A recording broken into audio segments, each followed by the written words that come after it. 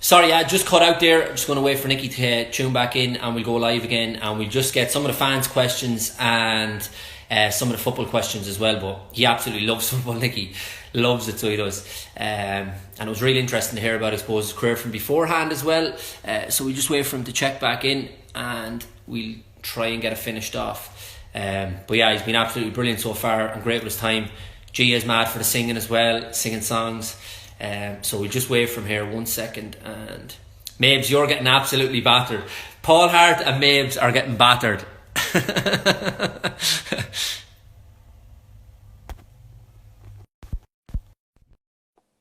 There he is now, 1 sec.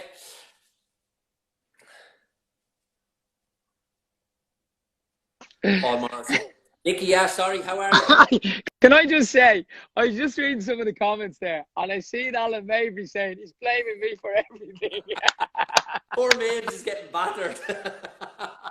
Between Mabes and Paul Hart. Between Mabes and Paul Hart are getting battered, yeah. Get Paul Hart on next week. So, the 5 stars anyway, Nicky. We started with Maradona. Yeah. Maradona without a doubt. Roy Keane. Keano to me, and I know everybody says it who's come on here. I've been lucky enough to meet him a few times. I played against him in a charity match. He is my absolute. He's to me the ultimate footballer. Now, he doesn't have the skill of Ronaldinho and all that, but you talk to people like Al who train and play with him properly, and his touch and his drive, his desire, his ability. But I think, as you touched on it as well earlier, I think the game's gone soft. I think, your Keanes and your Gerrards and people like that of the world, they'd be sent off every week in the game at the moment. But I agree totally, Nicky. Roy Keane is the ultimate for me as well. I absolutely love him. And that was one thing on the Soccer Aid. Even this will show you the level of research I've gone to here. The other one you missed, I think, was 2012, and that was the one Keane played in. Yeah. And it must have been, I know that you love Keane, so you must have been devastated to not be involved in that one. So, after Saipan happened, I think I got into more arguments in pubs and places with people because I was defending Roy. I was lucky to meet Mick over the years as well. And by the way, I knew all that. Like Shay Given was a couple of years ahead of me, Robbie Keane, Damien Duff, I played with all my career as a kid, etc. And in Ireland games. So I knew from the inside from chatting to the lads what had happened in the room, let's say. I still defended Roy, I'm out with nights out with Shay Given going, nah, you all should have backed him. It's not. He was doing the right thing. But no, Roy was fantastic. And playing against him was a dream come true. I actually swapped jerseys with him at the end of that game, and it's a mad memory because it was at Celtic Park, and it was Celtic versus Man United, celebs and ex-legends versus United celebs and ex-legends. I was playing for Celtic and Keane, as a celeb, and Keane was playing for United as obviously everything legend. And I was playing in midfield, and in the tunnel just before we walked out, I'm standing shoulder to shoulder, and I knew from a few of the Irish lads going, Keano can be a bit, sometimes he'll say hello to you and sometimes he won't, and I was like, be grand, it doesn't matter. So anyway, I'm standing here, first time I've met him, I'm standing in the tunnel beside him. Actually, I'd met him in the hotel bar just before that when we were meeting, and I got chatting to him, and he was sound, and we were talking about the game, and he met all my friends, and absolute legend and very personable. Then we're in the tunnel, and I have that memory of the Arsenal tunnel when he's having a go at Vieira, and I'm going, Roy, you gonna have a go at me now? And he just laughed. He just laughed and said, "No, I'm too old for all that." Those days are gone.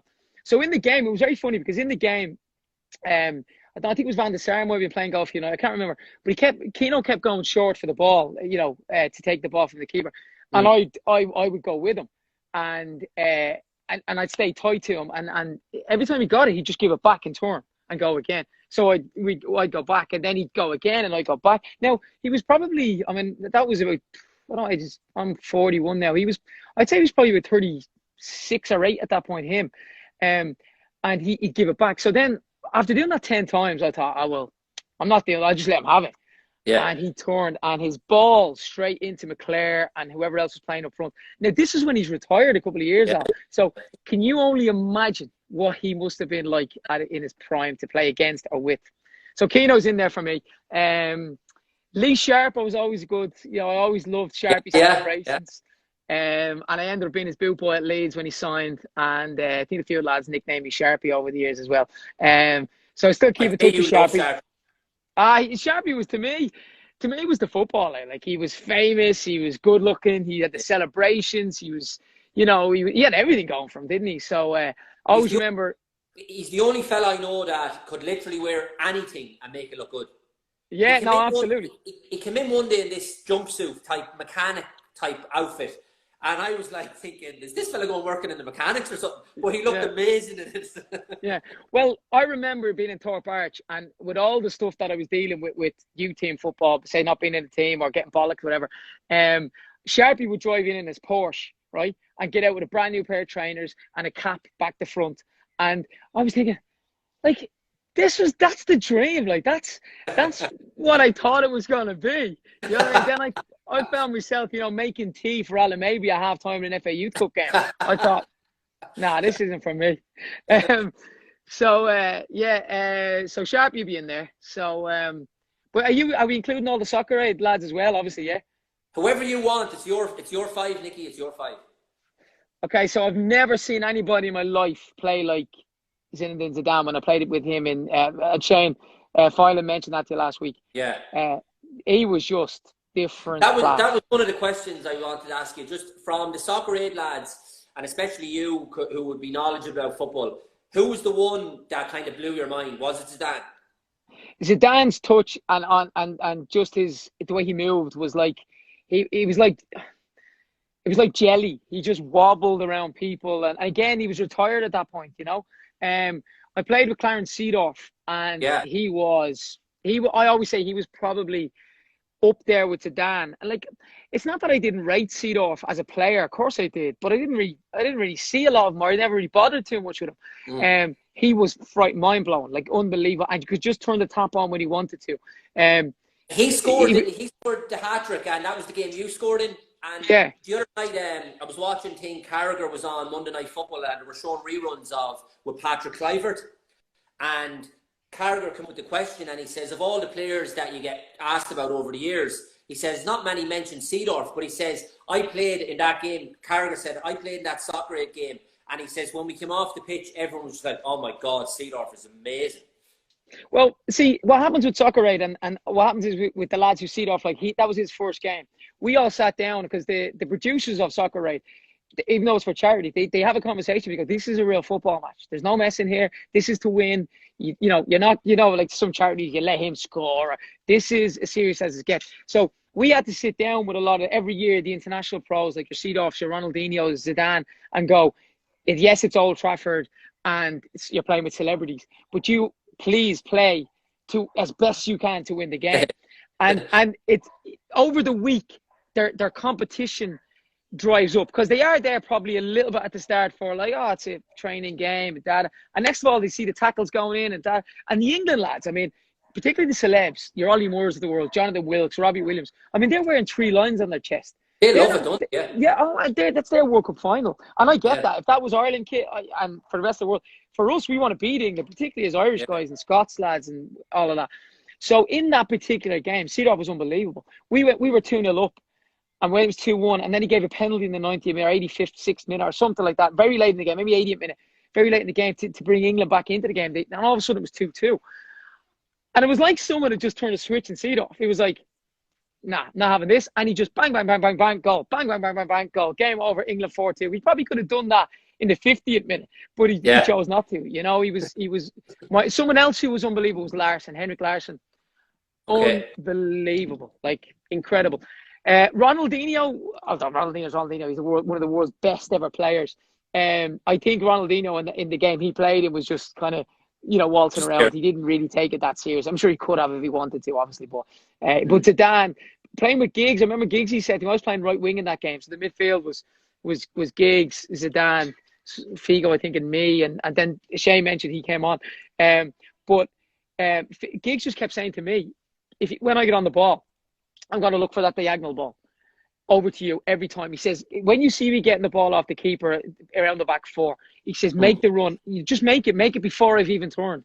And he did. And if you watch the game back, Giggs turns, and every time he hit me, whether I control it or not was a different story, but he hits me chest, he hits me thigh, my foot, everything. He was because Robbie Williams was playing left back, and I was playing right wing.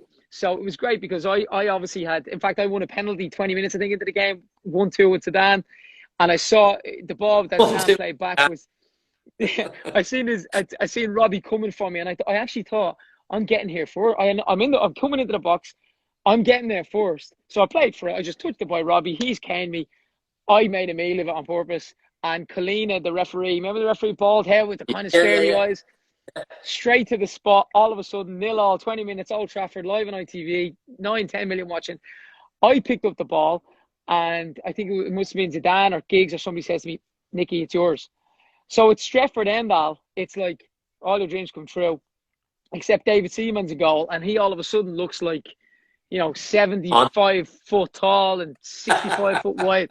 And I thought, oh, no, I said, right. And like any player will tell you, don't change your mind. And I just went, right, I'm going to put it down. I'm going to curl it into that corner. That's, just whip it in there. Aim for the post pretty much. Live it. All good. Put it down, walk back, look at the referee. He blows the whistle, looked up. I see Seaman, see the Stretford end, live on telly, run up. And all of a sudden, every emotion in my body went, just blast it, just blast it. I slipped like John Terry or one of those. And I slipped and Seaman saves it. And that was it. Then I remember the cheer because an English crowd, like they'd scored, like England had scored, because obviously we've missed. And that threw me. I couldn't get back into the game after that. I went to penalties in the end, and Ken Dalglish was the gaffer, and he said to me, you got to hit one. And Giggs said to me, no, he said, you've missed one. We all miss penalties. You're hitting another one. I went, oh, right, okay, because only celebs can hit the penalties in the shootout. And hit that one. And Jamie Theakston saved that. So I thought, right, that's me and penalties done with now. Well, you've done your bit, to be fair, Nicky, and even last year saving the penalty as well. But this, I think, is an unfair question. But so many of the fans ask this. I think I know the answer, but I'll put it to you anyway. Professional footballer or Westlife?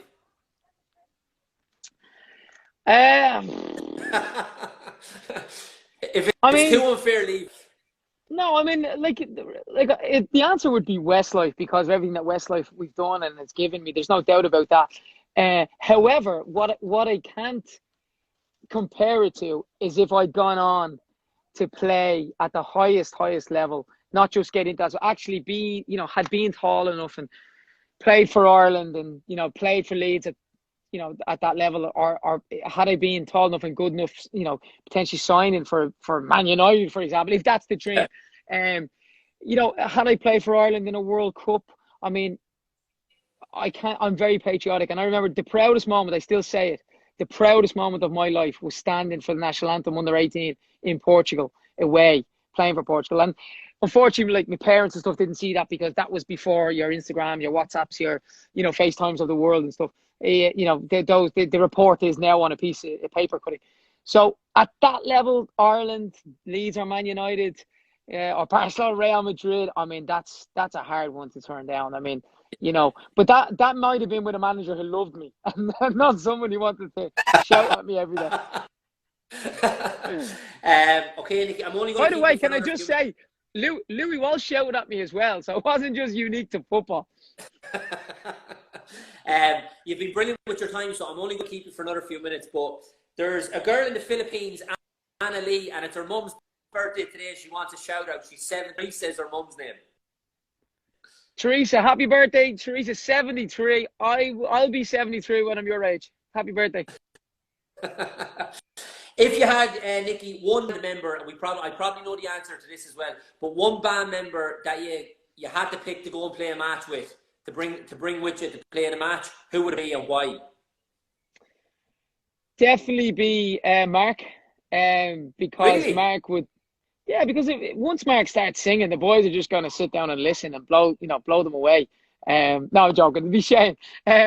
No, Shane is. I mean, the lads, Keith and Mark don't really play football. I mean, they have done over the years, but Shane, as you discussed about the Sligo league he was involved in, Shane's quite a really good player actually. Great eye for goal. He's just all left footed. Shane, just all left. Definitely Shane. And in fact, it was me. I was saying to him for ages to get involved in soccer. Right? You know what I mean? He's and he really enjoyed that too. And he got top scorer in that Sligo league, didn't he? I mean, he was. Yeah, no, even chatting him last week. Yeah, he's very quick and he scored a lot of goals. Yeah, and he did love the experience of playing. He told a story of where he says, look, Nicky knew what was going on and stuff, so he spotted Zidane and Figo going off warming up. I think he was like, Shane, let's go over. And he went over, and that's where he was warming up with the two boys, Zidane and Figo, and he just thought it was amazing. Well, see, you know what's funny about that, because you can't miss the opportunity. And I'd done Soccer Aid, so when before that was I'd done the year before or whatever. So I said to Shane, stick with me here, because when we do that, run across, warming up, run across the pitch, doing the width of the pitch as a squad, generally you're going to break off then into, as you know, into fours or threes or whatever, and start doing a little bit of touch and whatever. So I was like, just stay with me, just keep the jogging beside the lads here. And then as soon as you break off, I just got a ball, pinged it into Zidane's feet. I'm like, yeah, give it the hole. Yeah, Zizou. Yeah. He passes it back. Yeah, Louis. Yeah, have a bit of that. And Figo's like, oh, yeah, bang. And all of a sudden, the four was me, Zidane, Figo, and Shane. And all my mates said to me afterwards, what were you like for 15 minutes? Pinging balls like between the four of you. Like, yeah, so it was memories of that, you know, they last forever, you know. Okay, Nicky, last three questions. Well, before you name the five-a-side, but as a young fella growing up, I suppose Roy Keane, you mentioned there, was your ultimate. But who was the most, who was your hero as a goalkeeper growing up, or the one you admired most? Or when you look now in the modern day, who's one that you say, he's amazing, he's number one? Now, I'm like, as you can imagine, Al, I'm quite picky with goalkeepers. And now, growing up, right, as a kid, obviously, it was Packy Bonner. I was Irish. He was our hero. Italian 90 and even Euro 88. I remember he had the most unbelievable game against England in 88. And, you know, I even saw that documentary that was on recently about 88 or about those times. And Lineker even said nothing could beat Bonner that day. And everything went his way. But listen, you make your own look as well. He was unbelievable. As I got a bit older, I looked up at keepers. Like, say, Southall was always fantastic. Schmeichel obviously was, you know, one of the best. But when you look at Schmeichel, he was 6'4", and he had everything. Schmeichel had everything because he was big, and he was good, and he was agile, and he was brave, and he was a great shot stopper, but he had great hands, his positioning sense. And one thing that Schmeichel has, and I would say to any young goalkeeper, and even if you get 5 minutes out, Google the current day goalkeepers and somebody like Schmeichel, or even somebody like Casillas, because to me Casillas was the best ever. Right now, really? People might say. Yeah, and people might say I'm judging that because Casillas was, I think he's about 6 foot, right?